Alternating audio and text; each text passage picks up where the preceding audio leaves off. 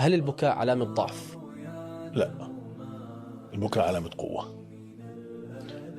البكاء سلاح أعطاه الرب للمولود الذي يولد حديثا.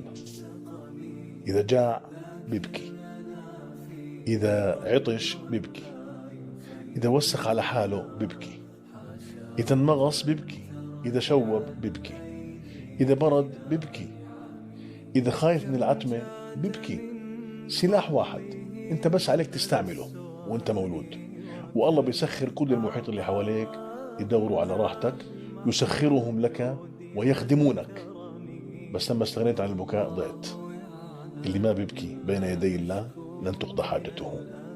هذا السلاح أعطاك إياه الرب لتستعمله صغيرا وكبيرا. يا صاحب الكرب ابكي، يلي عليك ديون ابكي في الليل، قوم صلي وابكي.